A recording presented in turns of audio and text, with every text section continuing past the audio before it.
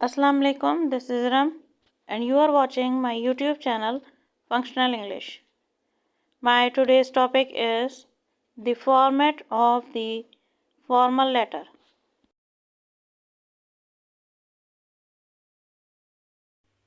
Today we are going to discuss the format of the letter to the editor.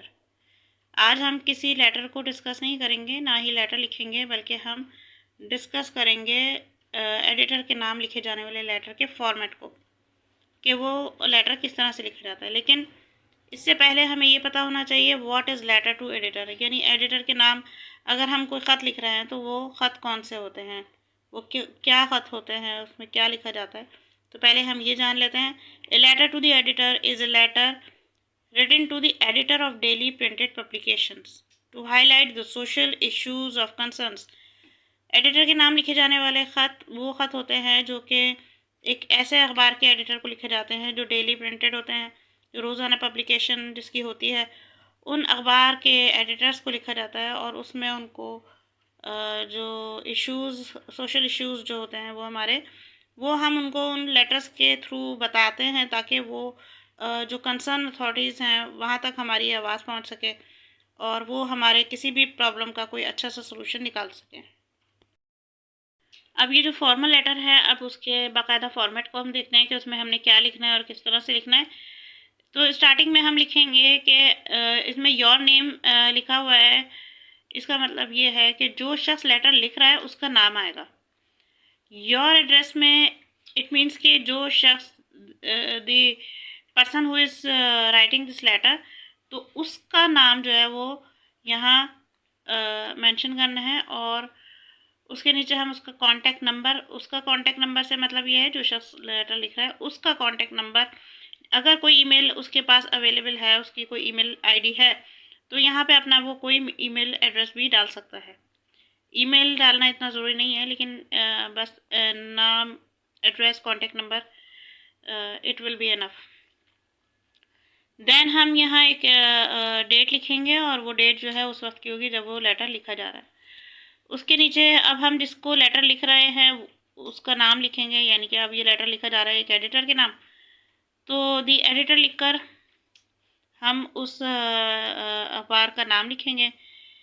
उसके नीचे हम उस शहर को मेंशन करेंगे जिस शहर में वो न्यूज़पेपर एडिटर है, वहाँ का शहर हम यहाँ मेंशन करेंगे। फिर सब्जेक्ट लिखेंगे। सब्जेक्ट जो है वो 3 से 4 वर्ड्स पर मुश्तमिल होना चाहिए। सब्जेक्ट जो है बहुत शॉर्ट लिखा जाता है, उसको ज़्यादा हम लंबा नहीं लिखते, क्योंकि सब्जेक्ट लिखने का मकसद ये होता है कि लेटर पढ़ने से पहले जो है उसकी बॉडी पता चल जाए, उसका मैटर पता चल जाए कि आगे क्या चीज़ डिस्कस होने जा रही है। अच्छा, ये जो वर्डिंग है, ये जो हम पढ़ेंगे, ये वर्डिंग किसी भी लेटर के अंदर फिक्स हो सकती है। और इसके लिए ये है कि अगर हमने कोई लेटर नहीं भी याद किया, अगर एग्ज़ाम में बच्चों के लिए या स्टूडेंट्स के लिए कोई लेटर आ गया है अचानक से, तो हम उस लेटर के लिए जो है ये कुछ स्पेसिफिक लाइंस हैं। ये लाइंस जो हैं अगर हम इनको रट लें तो ये एज इट इज़ हम किसी भी लेटर की स्टार्टिंग में लिख सकते हैं। और इसमें 2-3 ऑप्शंस भी दिए हैं, वो जिस चीज़ से रिलेटेड अगर लेटर आ रहा है उस चीज़ को यह सिलेक्ट करके वो लिख सकते हैं। अब स्टार्ट करेंगे हम इससे। Dear sir, we the residents of ABC area, यानी कि हम जो हैं वो इस एरिया के, यानी एरिया का नाम आप जो भी XYZ ABC इस एरिया से ताल्लुक़ रखते हैं। Want to draw the kind attention of, और हम चाहते हैं कि तवज्जो दिलाएं KMC की, KDA या KESC, इन अथॉरिटीज़ की तवज्जो दिलाना चाहते हैं टू दी सर्टेन प्रॉब्लम्स, इस मसले की तरफ, of our locality through your esteem newspaper, यानी आपका जो न्यूज़पेपर है इसके ज़रिए से, इसके तवस्सुत से हम अपने मसले को अथॉरिटीज़ तक पहुंचाना चाहते हैं।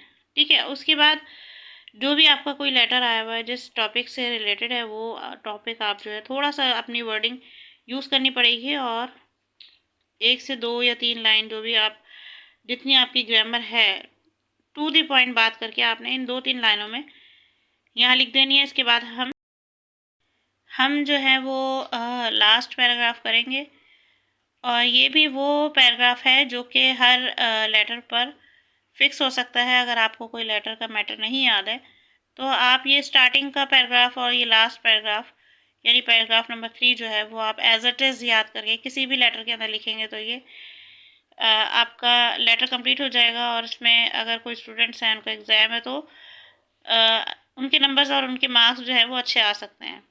तो ये पैराग्राफ जो है लास्ट वाला है वो ये है कि we hope that you must arrange to publish this letter in the public letter column in your newspaper at an early date. यानी कि हम उम्मीद करते हैं कि आप जो है वो अपने पब्लिक लेटर कॉलम में जो है हमारा जितना जल्दी हो सकता है तारीख को आप हमारा ये लेटर जो है पब्लिश कर दें, so that the concern department में टेक नेसेसरी एक्शन, ताकि जो भी कंसर्न डिपार्टमेंट है जिसके लिए हमने ये लेटर लिखा है वो डिपार्टमेंट जो है वो नेसेसरी एक्शन ले, यानी कि जो भी ज़रूरी एक्शन या जो भी ज़रूरी इकदाम है वो करे इस चीज़ के लिए। टू रिमूव द कंप्लेन, यानी कि हमारी जो शिकायतों से दूर करने के लिए। We shall be grateful to you for this act of kindness, और हम जो है आपके इस मेहरबानी के लिए जो है हम शुक्रगुजार रहेंगे। लास्ट में हम थैंक यू करके योर्स ट्रूली या योर्स सिंसियरली ये लिखकर और नीचे XYZ जो भी आपका नाम है वो आप नीचे लिख दें, और इस तरह से आपका ये लेटर कंप्लीट हो जाएगा। Thank you.